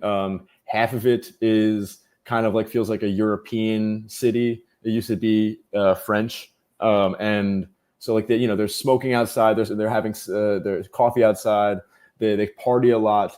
But right in South Beirut, it's called Dahe, which is they are Shia Muslims, and they all support Hezbollah because the Lebanese government is so weak that whenever they get attacked by Israel, the Lebanese government doesn't really do anything. Doesn't protect anyone. It's like mobster. It's like is when you go to the mobster. Yeah, exactly. That's exactly how I would characterize it, because it's like Hezbollah has all the support, but when you actually talk to people, they explain like, if the Lebanese government, had sovereignty over our land, protected us, retaliated when we're attacked by Israel, there'd be no need for Hezbollah. But Hezbollah is like this group is the only group that defends us. And that's interesting. Israel constantly bombs Dahe, this part of Beirut, and Lebanon doesn't respond. And so all the people there are they feel stateless, even though they're in the middle of this giant city. Yeah. Oh, so yeah, I don't even like put that two and two together, because you're like, you think, okay, well, look, they got the big bucks. Israel's got the big bucks, coming in, and maybe they just don't have, the strength to do it. But it's kind of like, no, man, if we attack back, like, fucking see you later. You know what I mean? Like, we don't want that on our hands. I mean, are there other reasons why Lebanon might not? Because like for me, real fast, like I know there's gonna be some listeners and be like, are you like defending Hezbollah? I'm like, no, I'm not. Like, I don't think all that shit scares the hell out of me. I'm going to be like frank, like literally all of it over there, both sides, all of it. My country funds one side. I mean, I guess you could go a lot of ways with that. My country sinks money into Israel. So that's kind of the one I feel more the onus to critique, because it's like, that's kind of, I'm 100%. Not saying I fund it, but in a way, I pay taxes like anybody else, unfortunately. But with the people will go like, yeah, but Hamas is I'm like, yeah, I kind of agree. Like Hamas is like terrible, and that shit like scares the hell out of me, and like Hezbollah and all of that stuff. And this like region of not to be rude about it, but like this region is like, it's kind of been since like the early ages of time, like a warfield. I mean, like whether any religious text you read, any part of history, it's like, was there a time where there was ever like peace? I don't think so. But the problem is for me is like, I kind of don't want to be a part of that at all. Like, I kind of just like, if they're going to keep fighting, like, why do we have to be there? Like, why do we have to do this? And do you think Lebanon is saying, well, Israel's got America and really a lot of the West behind them? And does Lebanon just go, well, we can't do like a classic military thing. We got to like nudge, you guys go get them. Like the Lebanese government is like pro-US insofar as they can be, because none of their people are. So they don't want to go to war with Israel, but their people hate Israel. They hate the US. So the Lebanese government is trying to walk this line where it's like, if Israel attacks us, we won't attack back. But we can't, become friends with Israel because there'll be a revolution here and we'll get thrown out of power. I see. So Hezbollah is the only, political faction in all of Lebanon that is actually, still trying to protect the Lebanese people. And that's why Lebanese people like them so much. But I mean, the entire, that part of the world is so, it's highly, highly, highly political, highly religious. And like compared to America, they would say we're all, we're immoral Slavs who don't care about anything. We're apolitical and we're irreligious. But like, look, when you get that much, people are that political and that religious, you get, lots of violence. Oh, I know. And I just think, honestly, like, I hate, this sounds reductive, but I think in a desert, that's just what you do. Like, no, I'm not like, how else do you explain it? Like for many, many years, I mean, regime change after regime change, like all of this stuff. I mean, you go to like the, biblical text, it's a fucking fight happening there. Like it's just all of this stuff. And I understand why America has interest in it. And anybody who tells me they support Israel, not from a cultural standpoint or anything, but just the fact is they go, look, America needs a hub out there. They say that like as part of this thing. And I'm like, I don't know. To me, I'm kind of like, I think like it's like Exorcist cursed land to me, honestly. Like I believe there's cursed land in America too. Like not like just, I'm not even saying it in like a racial thing. I just mean over there. Like I just think like, man, it kind of just seems like that's what happens out there. So why do we need to be sending young people? I mean, we haven't, thank God we're not really doing that a lot right now. But like, why are we funding all of this stuff? But yeah, please counter that argument. No, if you were to like talk about America's interest in the region, it's like, American, like they would say America needs Israel there because everyone there hates America and we need them as a kind of a surveillance hub. Yeah. And it's like, if you talk to those people, like they don't just hate America. I mean, like the idea that they hate us for our freedoms, like that's retarded and everyone knows it doesn't make any sense. But like they don't like us because we are funding and funded the creation of Israel. So like it's a self-fulfilling prophecy, because if we never got involved with Israel, they wouldn't have any ill feelings about America. So like this idea that we need to be there because they hate us is like, no, they hate us because we're there. And like if you go to like Syria, there was like, there's all this old research in Syria where they were asked like, well, you have the Americans and you have the French. Who would you rather be colonized by? And they're like, well, they love the idea of government by the people. they think of America as a free country, a democracy, and they would have chosen America. They hate the French, they hate the Europeans, and they all now don't like America because we funded the creation of this European colony in the middle of their Arab land. Yeah, and that's true. I because to me, like, I'm, without trying to be mean over here, I know like the core tenets of like Islam, and I know not everybody over there is Islamic. I know Lebanon is 40, 40, 60. Christian, right? Yeah, it's typically Christian. But I just mean, I guess I'm speaking as a whole in the Middle East. A lot of Islam, right? Especially Iran and stuff like that. You have a lot of times, like when you're talking about Islamic fundamentalism, which is what we know to be practiced over there, right? Like a lot of times they're like, hey, the world should be the us, right? Like the world should be doing this, which most religions think that, but like they got an interesting way of doing that. And I know a lot of people are genuinely scared of that, right, over there. And to me, it's kind of my thing is like, maybe we could do a little something about immigration. And ironically, when you are involved in all of these multinational conflicts and stuff, you do have to bring in some quote unquote refugees, which that kind of defeats the purpose if you're scared of that coming to your country or destabilization and everything. Yeah, you know what I mean? Like the entire the destabilization, the mass immigration to all of Europe, which actually like they share a continent kind of like we don't deal with the same thing Europe deals with. And so we fund the Islamic extremism, Islamists, terrorists, like so many different groups to destabilize certain countries where we have geopolitical interests. And now everything's bombed. There's no schools. There's no hospitals. So those people are going to go to Europe. And like, I mean, I know there's people that come here from it. Or they like, come here. Yeah, exactly. No, I agree. And then the Europe thing is like, it is crazy because you're just like, I know that there's people that see the thing in Europe, and I'm sympathetic to that because I just don't think that mixes very well. I'm just saying, like, it doesn't seem like that seems to work. No, and I don't think the people that go there, like, I don't think a family whose entire neighborhood was turned to dust wants to be living in Germany. They've lived in Syria their whole lives. I mean, that's where they're Syrian. I don't think they want to go there. They just need to be somewhere. And it sucks that like I don't agree with the this mass immigration. But like to go a step further, it's like we're kind of causing it.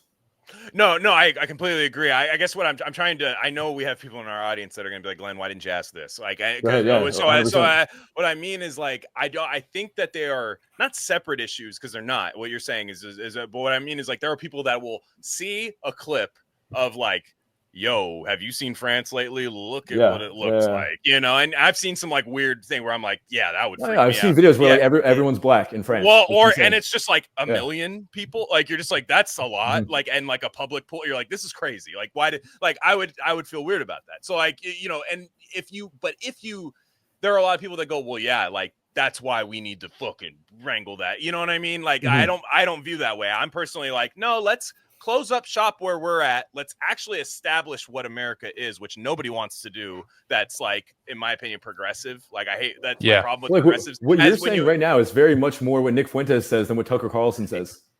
I mean, I'm just telling you, like Nick Fuentes says, like we have like his Tucker, like the difference. I think you have Tucker Carlson saying, I don't care what you are, when you become a citizen, you're American. And Nick Fuentes says, no, there's a racial element to this, and America is historically a white country, and like it's becoming a less white country, and that's what needs to change. He did say that. And, again, I say it, I guess, in a different way, but I think I understand what you're saying. Like, I listen to him, like, okay, I get this guy's appeal in a way. And when neither here nor there, I guess what I mean is, like, I am kind of an American nationalist in this way. Yeah. Anytime I meet, like, a progressive person that I know that kind of deep down feels the way that I feel, but they can't, because of there are people that are about abundance, and anybody comes in here and we have everything you need. And the constant revolving door is totally fine, all that. And I'm like, that's not real. Like, that's why this Zoran Mandani thing, I'm just like, guys, like, to be honest, it's kind of a joke to me. Even if he wins, I think it's going to go horribly. But either way, like, what I mean is like I am that type of person where I'm like, look, it's I get disillusioned with people on the left who will be like, hey, you need to be anti-Israel, right? Like you need to like you, and I'm kind of like, dude, I am. The problem is like when we're beyond our home lines, I'm always like, look, what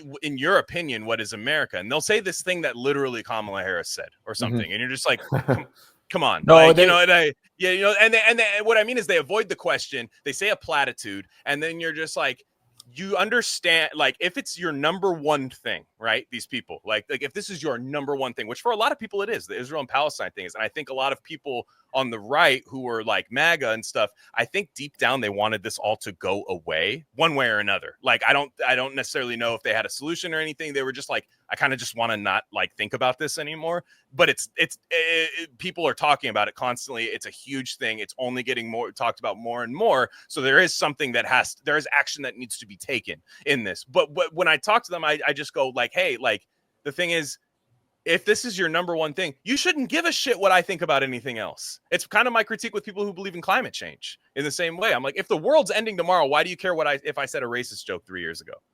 You know what I mean? Like that, just like, to me, there's people on the left who like intentionally shrink their coalition. Oh, yeah, that happens so often. Like, you know what? That's what I was talking about at the beginning of this episode too. Is I kind of thought like Marjorie Taylor Greene will like introduce a bill that stops aid going to Israel, and yes. Yeah. I'll see. I have friends from home in group chat saying like, it's a grift. She's a Nazi. It's like they think you should check what someone said about George Floyd before you work with them to end a genocide. Yeah, one guy versus fucking thousand. One guy, which whatever. It's like at the end of the day, like there's this kind of thing where I'm like, I doubt your severity. Like, I doubt your seriousness a lot of times if it's your number one thing. They'll be like, I didn't vote because of it. I didn't, all of these things. I'm always like, well, you should not care about these other menial things that I'm saying. Like, and if somebody, or even like I said, like that, I guess that's my problem with Nick Fuentes is he goes on this diatribe against these people of like, dude, you probably agree with that guy more or less. Not Tucker, but he was like going like, he was going down the Rolodex of like right-wing thought people where I'm like, dude, you guys more or less come down to it. You guys agree on a lot of stuff, like, and that to me, I'm kind of a big tent guy, maybe to a fault, but I'm like, if we're like 70% on a lot of stuff, I'm like, fine. Like come on, like let's see what we can get done. 100%. And like the people that intentionally like make cottage industries out of something that's supposed to be a coalition really bother me. And it happens, I will say that does happen on both sides. People are just like, they get more mad when you kind of agree than if you disagree. And it's like, it's very strange. And, you will talk about, well, all our movements have had infiltrators and all that stuff. It's like, that's gonna happen to every movement. You're gonna have bad actors. You just have to like keep moving, like, and all of that. And like, that's to me why it's so tough. It's like, I wanted it to go away. I wanted all this stuff to go away because I was just like, dude, I don't fucking know how to oppose it. When people say like, when you have people in the Trump camp and eventually like this guy's like, I don't care, I don't care about Israel. I just wanted to go away. I don't care about Ukraine, Russia, mass deportations. Maybe they'll come one day. Free speech on a college campus. I don't care. And it's like, okay, well, that's everything now. Like, you want to build an alliance out of what now? Mm-hmm. No, I completely agree. I like it's overall frustrating. I've become ultimately like pretty black-pilled on collectivism as a whole, and I'm kind of one of these people where it's kind of giving up, but I kind of just like am like sequestering myself with like a few people that I know and just like hoping certain things happen in the world and doing my best with the show to kind of put things out there that we think are true, and whoever latches onto it. But it's like, it's really hard when you try to actually get something. I mean, dude, remember the anti-vaxxer stuff, man? There were people that were like controlled op in there, and I'm like, dude, this is about a needle going in your arm or not. A lot of people said that. My good friend said they thought that Nick Fuentes is like a Fed or controlled op because they first heard of him during the anti-mandate rallies in New York. He showed up and he tried to. I mean, he showed up and he became a part of it. And they said, oh, he's trying to, make the anti-vax rallies or the anti-mandate rallies look Nazi, look alt-right. He's trying to discredit us by being here. And it's like, I don't know. I have no idea. Like, that could be true. That could be not true. But that is like the one thing that people in the medical freedom movement think about Fuentes is they remember when he tried to associate himself with that. Yeah, it's so strange. To me, I'm just like, dude, if you're saying the right thing, like you're saying that, and that's getting clipped and put out there, and somebody sees it and goes, yeah, cool. Like to me, it's a win. Like it's a lot. I'm a lot more reductive about this thing, and I think people that get twisted up in these spider webs, it's like that becomes an activity in itself, and you don't get anything done. And you know, I guess you know, finally, the last thing I wanted to say was that. Did you see that guy the other day? And I'm gonna get all this information wrong. I don't remember his name. He's like a Babel. I don't know if he was Babylon B or like one of those guys. Like, he was. The church got leveled by Israel, and there were like people in it, by the IDF. And he was like, there was like a conservative talking head. I don't even think he's Jewish. I just think he was just like a conservative talking head, and he was just like, dude, the IDF didn't do that. Like Hamas did that. Like that was just like a big part of. And then the IDF like tweeted, and they were like, "We did not mean for this to happen, but this is what happened." And like, really should. And then like everyone's like, "Dude, you're like covering for somebody who like admitted they did it."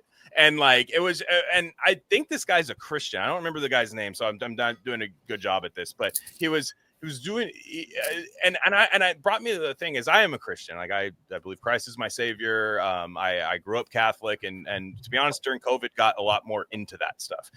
Just because it felt like the only place I could run and feel a sense of solidarity with people. But then this guy fucking goes out there. Meanwhile, and capes for this shit. A church gets knocked down.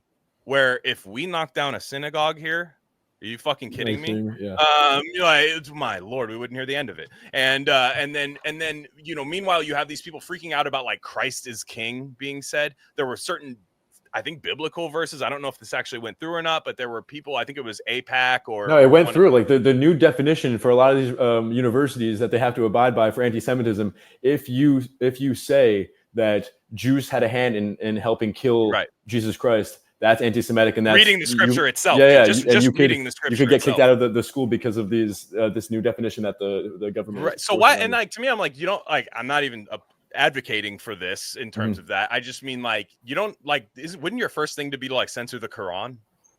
Like if this was that type of battle, you know, because you're like that's who you're fighting, right? Like it's Israel versus Palestine. You'd have for the most part, you would think you'd be like, whoa, the Quran. Let's attack that. Let's attack the Bible. And every church, any church service you go to, almost any church service you go to, not the ones with the rainbow flags, they might have a different thing. But for the most part, if you go to like a church service, they'll like pray for Israel. Like in a Catholic church, they will just like pray for it. And I'm like, they're censoring your book. Like that's the shit that really bothers me. That like you bring that up around people and people don't even know that's true. But I wasn't even quite sure it was true. But you said it. That's very true. Yeah, that's the stuff that kills me, man. Is like, why cape for this shit, man? Like it's like you don't even have to be a believer or non-believer. That just doesn't even make sense to do. Like they're trying to go after like Mel Gibson type stuff, and it's like he's not fighting you right now. I mean, yeah, he might have said a few things, you know, during a DUI arrest, but you know, like for the most part, he made a movie that was true to the scripture, and then that's like when something bad is happening, and you're saying we got to stop this, stop that, and then you're like, this biblical verse, this is the problem because this creates anti-Semitism. And I'm like, it's a Bible verse. And also, I don't think many people at Columbia University are citing the Bible verse to criticize Israel. Like they're coming at it 1,000 different ways. Sadly, they probably don't even care about that either. They're like, yeah, that's fine. Yeah, they're like, yeah, censor that. That's fine. Like that one guy that holds the sign outside Columbia University will be thwarted, I guess. But you know, like, yeah, I don't know. I just. It's frustrating. It's frustrating, but it's always fucking pleasure to talk to you, dude. Like it's one way or another because I think you are quite literally the only one we could have this conversation with. Oh, I love that. Yeah. Who? I mean, I'm like, if you know anybody, let me know because I'm like, it's like, it's not trying to replace you, of course, but like, I'm truly, it's like if I want to talk about this in a nuanced fashion, where I know somebody's going to be genuinely talking about somebody who's been there, taking a look at it, you know, and done that. You're the guy. Kick the tires. Yeah, just kidding. Yeah, hit the tires. You know, like, and I think your next, maybe you should go to Israel and dress as like a Christian missionary next time. Just see what happens. Like a secret camera. Hey guys, these bombs are scary. I love Jesus. and he would not support any of this stuff. Like, and never, dude, you would probably be like triple arrested if that happened. Like, it's just, yeah, I don't know, man. Like, that to me is that's the one that gets me every single time. So, well, where's what's coming up? Where can people? I don't even know where to find your work now. It's on X, obviously, at Loffredo Jeremy. But X Loffredo Jeremy. I have a Substack now. I'm Jeremy Loffredo. I'll be putting out a documentary in the next few days from my time in Beirut the day after it was bombed. So sure, absolutely, guys. Everybody, make sure you go check that out, and I'm sure we'll talk soon. There's always something to talk about. So I do want to. I feel like I didn't say this, and I feel like I should. Okay. I will commend RFK. They adopted a recommendation to remove thimerosal from all flu vaccines, and like I feel like a really cool thing to do for the mercury for those. The mercury. Oh, literally me. I didn't know what that was. Yeah. That was for me. Thank you, because I was like, wait, is that the bad thing? And I was like, I thought it was mercury. Well, they do this whole the Simpsonwood meeting, which RFK had a huge. Yeah, that's the CDC whistleblower in like 2002 or 3 or whatever, where they basically knew that mercury. Sorry, Jeremy, I'm totally interjecting myself. No, go ahead. No. The CDC knows that it was fucking kids up, so they just replaced it with aluminum. But they say the big I love science talking point is there is no more mercury in vaccines, you idiot. How they've already solved that 20 years ago, which is a lie. There is some mercury in some vaccines, including ones given to pregnant women and children. So that's just another one of those fake lies they fall for, you know. I mean, that is nice, because like Gavin Newsom, it was so funny. Did you see? I don't know if you saw the Gavin Newsom Sean Ryan interview. It will live. I watched the entire thing. It was 4 hours, and the guy is insane because he's trying to clearly be like this, like I'll show you masculinity, not this crook in DC, this orange crook that calls me new scum. You know, like I'll show you real masculinity, and like Sean Ryan, who honestly did a terrible job interviewing him. Like, he was like, I was like, dude, are you like friends with this guy or something? And he was like, he said something about like the vaccines. He's like, and Sean Ryan's like, yeah, I didn't want to give my kids the vaccines. It sounded terrible. I didn't want to do that. Like, can you expand on that? And Gavin Newsom's like, first off, they save lives. He's like 6 months. He's like, babies, all my kids got them. And he's like, yeah, but like 6 months old for a COVID vaccine. He's like, yeah. That sounds great. And I was like, yeah, dude, I'm sure you won a lot of new voters. Like, and like, you know, Sean Ryan gave him a gun. I saw that. I saw a clip of that. Yeah. And he's like, dude, I love these. Yeah. And it was so funny. Like, it was the best. He's like, this is the best. He said he was like a champion skeet shooter, which I'm like, that feels verifiable. Like, I feel like somebody could look that up. He's talking shit, whatever. The politicians, they lie. So he says that, and he's like, you know, the trans issue, and like, I swear it was the most non-answer thing ever. Like, Sean Ryan's like, yeah, don't you like, he's like, what is too far? He's like, he goes, whatever, you believe in like trans people and all that stuff. He's like, but what is like too far? Like, don't you think there's a little bit of overreach? And he's like, you thought about like, he's like, you guys can get like sex change for like a 9-year-old girl. And he's like, in your state. And he's like, yeah. Like that. He's like, yeah, that's crazy. Yeah, he's like, it's crazy. Yeah, he goes, that's crazy. He goes, I got a 9-year-old daughter. It's like, whew, that'd be crazy. And he's like, then he's like, the next question happens. You're like, so it was insane. It was insane, but neither here nor there. But anyways, Jeremy, thanks again. Always a pleasure. You know, rarecandy.substack.com. Read Bob's Red Pills article on Fiji water. That is, again, people are drinking Fiji water. In solidarity. I have been seeing people post the Fiji water. That's the only water bottle I've bought since, you know, a couple weeks ago when that came out. Yeah. It's at 7-Eleven. It's at 7-Eleven. And it's like that's the oasis best of part. health. Straight oasis of health. There's some I'm telling you, man. As a former road jockey construction worker, like that's like kind of your best spot sometimes. You can make some shit work there. So all right, guys, on that note, everybody have a safe week, and we'll catch you guys next time.